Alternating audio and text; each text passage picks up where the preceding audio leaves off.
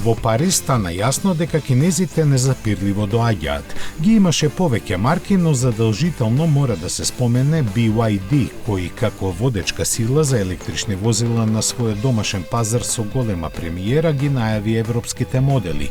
Ги има 2 кросовера и 1 лимузина, за кои во иднината често ке слушаме. Најмногу за Ато 3, кој изворно е представен лани во Кина. Овој кросовер со своите компактни димензии идеално се вклопува во барањата на европските купувачи кои за 38.000 евра ќе добијат електрични 204 конски сили и автономија од 420 км. Со својата скоро двојна цена од 72.000 евра значително повисоко се стреми спортската лимузина Han, која има 2 електромотора со 517 коњи и погон на сите 4 тркала.